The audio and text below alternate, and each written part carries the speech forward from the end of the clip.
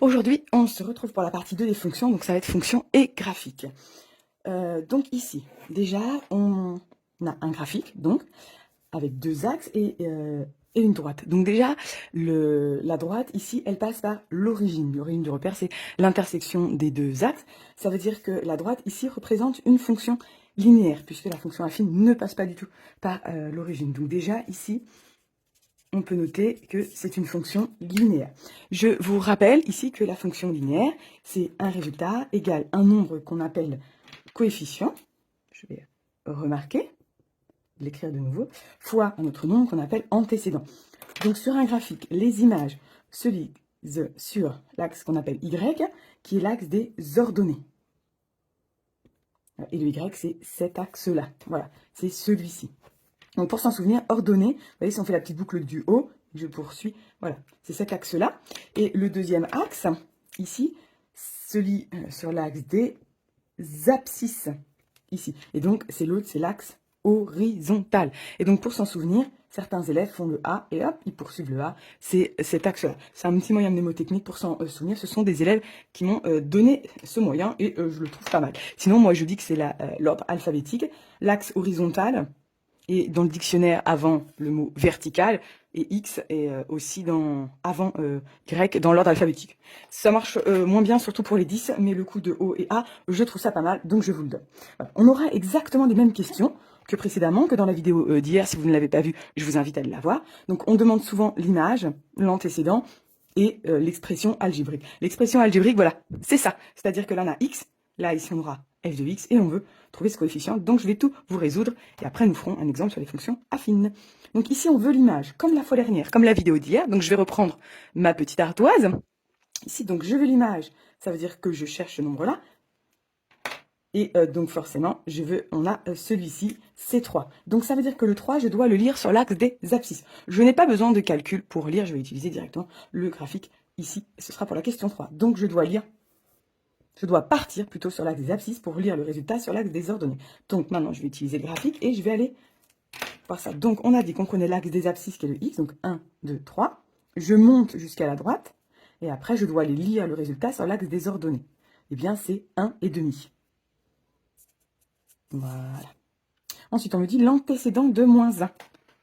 J'ai pas vraiment besoin de ça, mais c'est juste pour savoir sur quel axe je dois lire. Donc je vais effacer ici aussi. Donc, on me dit l'antécédent. Quel est l'antécédent? Ça veut dire que je cherche ce nombre-là. Et donc, forcément, le moins 1, c'est celui-ci.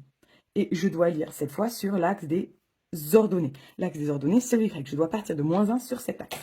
Donc, comme précédemment, moins 1, donc 0 est ici, moins 1, c'est en dessous. Je vais jusqu'à la droite en faisant des petits pointillés. Et je remonte sur l'axe des abscisses. Je dois lire ce nombre ici, moins 1, moins 2. Ici, j'ai donc moins 2. Maintenant, l'expression algébrique. Pour trouver l'expression algébrique, ça veut dire que ici, je veux f de x et ici x, et je veux trouver la valeur de petit a. Donc si vous vous souvenez d'hier, le petit a, j'avais dit qu'il fallait faire un petit triangle. Ben voilà, je vais vous montrer aujourd'hui. Donc je vais prendre deux points qui appartiennent à la droite. Donc par exemple celui-ci, et puis celui-ci. Voilà. Et voilà, mon triangle, il est ici. Et je compte le nombre de carreaux qui sont ici. Donc, je pourrais très bien compter aussi les unités. Donc là, je descends. Par exemple, je pars de ce point-là et je veux aller vers celui-ci. Je peux très bien faire l'inverse. Je pars de celui-ci et je vais vers celui-ci.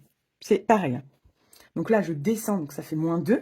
Puisque quand je descends sur l'axe des ordonnées, je descends vers les négatifs. Donc, je descends, c'est moins 2. Et je vais... oui, parce que j'ai deux carreaux. Je vais compter les carreaux.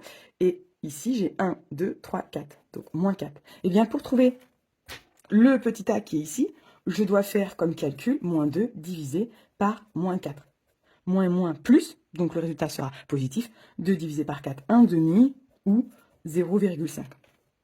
Donc j'ai trouvé, donc soit je peux écrire f de x égale 1 demi de x. Donc voilà, j'ai ma réponse. Je vais donc pouvoir écrire f de x égale 1 demi fois x. C'est ça l'expression algébrique. Mais si je préfère utiliser l'écriture décimale de 1 demi, 0,5, j'utilise l'écriture décimale, et donc la réponse, c'est exactement la même. f de x égale 0,5 fois x. Ceci s'écrit 1 demi x, et ceci s'écrit 0,5 x. Et voilà, j'ai répondu aux trois questions. Voilà, On va pouvoir faire maintenant un exemple sur les fonctions affines. Donc, quelle est la différence entre une fonction linéaire et une fonction affine? C'est que vous voyez, la linéaire, elle passe par l'origine, tandis que la fonction affine, c'est aussi une droite, mais elle ne passe pas du tout par l'origine.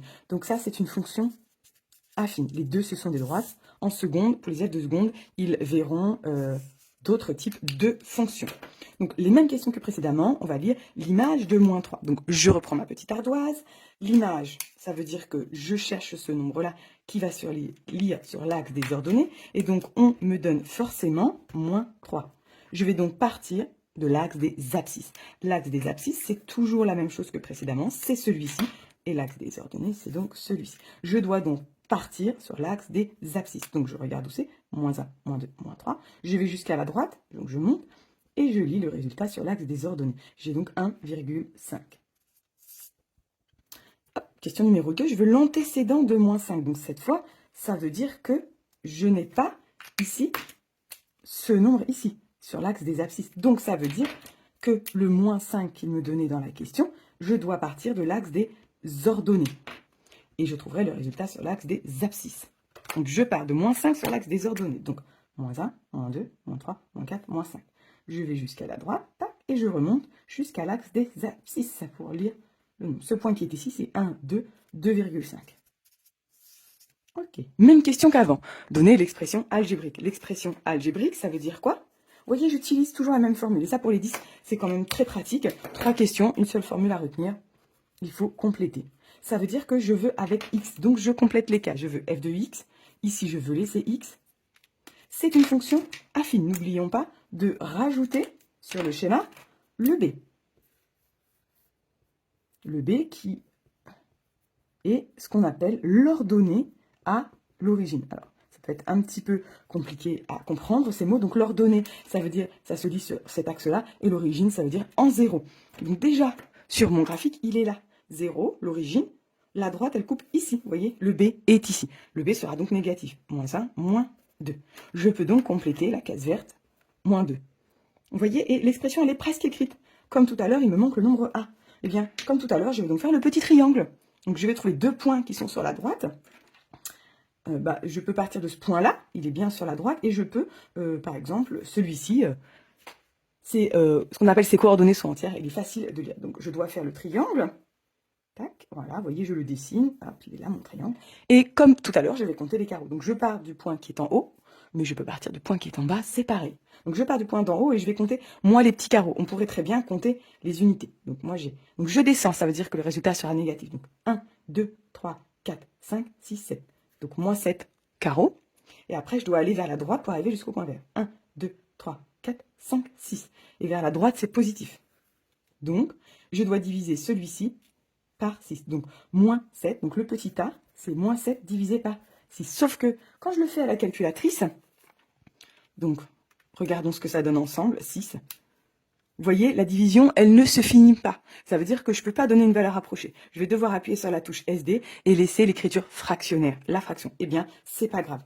A égale moins 7 sur 6. Tant pis, je laisse ce que m'affiche la calculatrice. Et sur mon ardoise, je vais pouvoir marquer la réponse. Moins 7, 6e. Et voilà. Je n'ai plus qu'à recopier ce que je vois sur ma copie. Alors, qu'est-ce que je vois sur l'ardoise? Je vois f de x égale moins 7 sur 6 fois x plus moins 2. Voilà. Et je mets moins 2 entre parenthèses pour éviter de confondre avec une soustraction. Ici, c'est le moins d'un nombre négatif. Ici, c'est le plus de l'addition. Et voilà comment utiliser les mêmes schémas, la même formule des fonctions affines et linéaires, aussi bien avec les calculs qu'avec les graphiques. C'est quand même très pratique pour les 10 de ne retenir qu'une formule.